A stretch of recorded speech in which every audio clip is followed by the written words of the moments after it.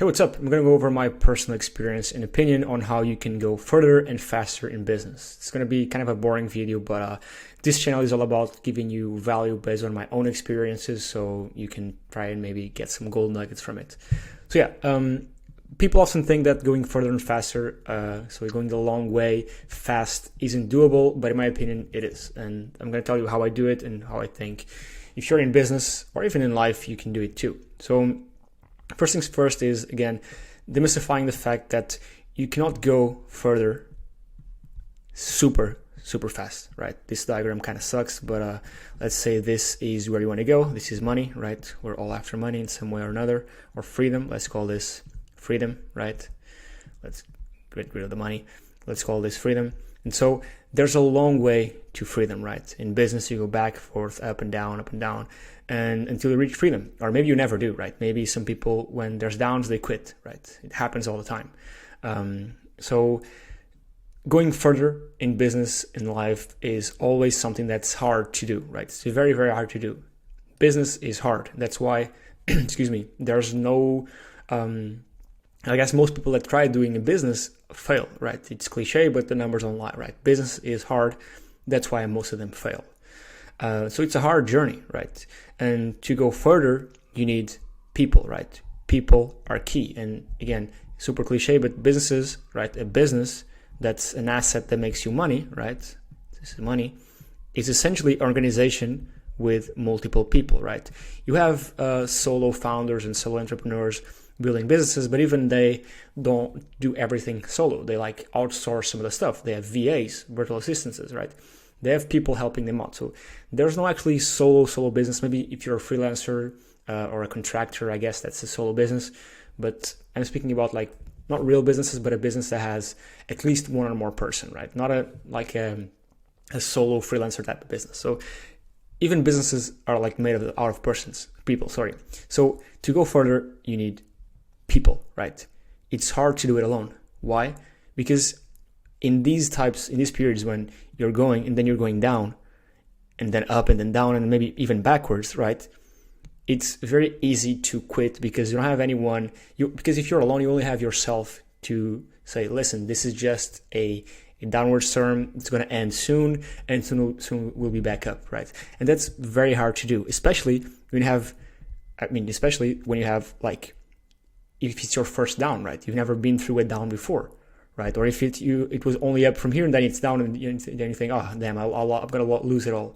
If you've had like ups and downs, you know that business is all about ups and downs. So if you're, I guess, a veteran entrepreneur, you know that when there's a down, there's stuff you can do about it. But if you're new to business, you don't, right? And even if you just been through downs that are more or less not that heavy, and then the third down is very heavy, right? Doesn't mean that you cannot recoup from it. You can, but if you're doing it alone, it's much harder to be rational about it and think, I'm gonna get over this. I'm gonna push through, and I'm gonna make it out of this situation, right? So that's very hard to do, right? And very demotivating. And sometimes your productivity is hindered. Maybe you don't feel like working today. Maybe you're not doing the right stuff.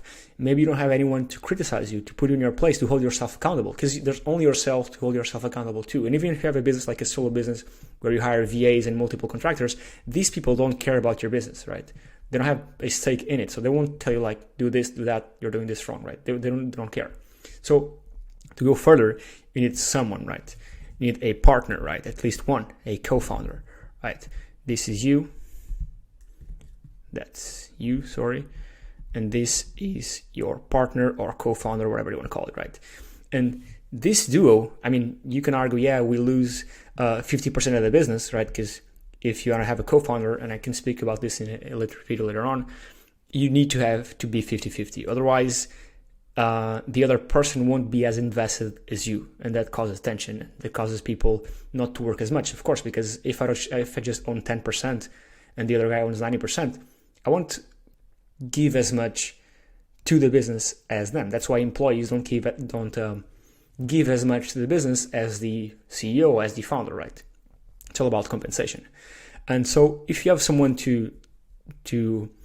that's working with you, you can go much further because these downs are much easier to manage.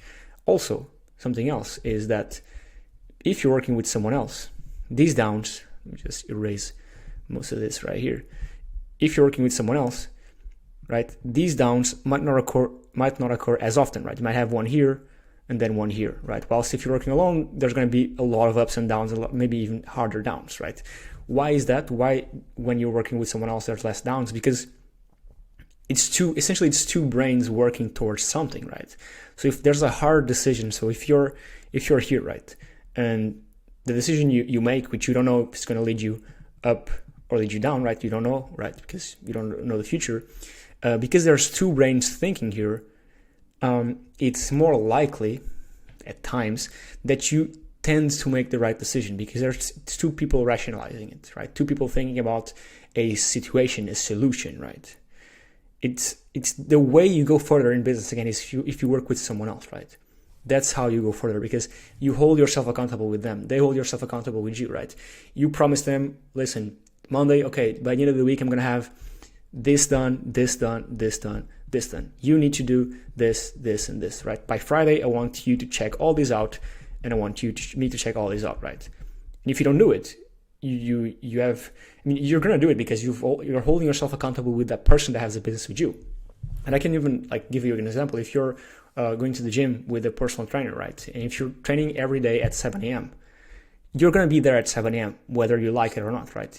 Whilst if you're just training by yourself, most likely you're not going to wake up at 7 a.m. to go to the gym because you're going to think, hi, I'll do it later. I'm just going to sleep in one more hour, sorry. And yeah, I'll go later, right? Why? Because you don't have anyone holding yourself accountable. By hiring a personal trainer, and that's what I did actually, I'm training a couple times a week now.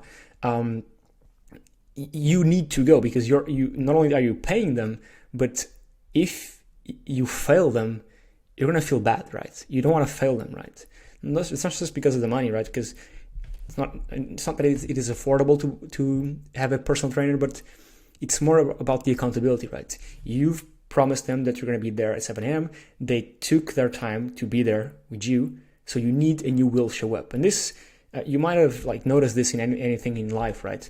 If you tell someone that you're going to be there or tell yourself that you're going to be there, you're much more likely to be there if you've made a commitment with someone else, right? Hopefully this is making sense. I think the personal trainer example is the best one because most likely you are not going to wake up at 7 or 6 a.m. by yourself to go to your gym alone, right? But if there's someone else there waiting for you, you're going to do it because you're not going to fail them, right? This applies to your co-founder. You're going to finish the tasks you have to do and they're going to finish the tasks that they have to do, right? Because you hold each other accountable, right? And that's why also you go faster, right? Because you're doing things like clockwork. You're doing. Each of you holding yourself accountable. You saying, listen, you got to do this. Me saying, you got to do that, right? And again, because you're together, you go further and faster. It's an interesting concept because you'd think that if you're alone, you'd go faster, right? And people often say this, right? You want to go, I don't agree with this saying at all. They say you want to go fast, go alone. You want to go further, go together. I don't think that's either or, right? If you want to go further and faster at the same time, you go together with someone else, right? Because this accountability allows you to go both further and faster. Further because you might commit less mistakes because there's two brains thinking about things. There's two brains looking into the business, how things work. You're like a hyped version of yourself. And ideally, the founders should complement themselves, right? One does marketing, other does coding. One does sales, other does whatever, right? They should complement themselves, right? It's important that you find most of the time, it's a technical co-founder and a marketing or sales co-founder, right? And that's how I've been, what I've realized being in business or I guess selling stuff online for however many years, is that you go much further and faster if you're with someone else. Yes, if you're alone, you can have a bit more saying and stuff. There's no arguments because, of course, there are going to be arguments because people think different things. If you want to change the color of something or your website or change the copy or do whatever, you just do it, right? But with someone else, there has to be back and forth. You cannot just do things on your own. Things have to be discussed, right? And this also makes it so if your co-founder is good, the quality of your products and the output is much higher. So yeah, that's it. Let me know what you think. Let me know because often people, I don't think people really comment on these videos, but comment down below what you think about this way of thinking about things, because I do think it's important, and I do think it's an important concept. Is, I guess you should try to do things alone first, right? Gain some skills doing things alone first. But if you want to go faster and further to, I guess, freedom, whether that's money, time, whatever, get someone else and hop on the train with them and build stuff with them. That's my experience. That's what I found to be the most successful way to do things in the business. Let me know what you think in the comments. Like this video, subscribe, and follow me on Twitter, and I'll see you next week. Cheers.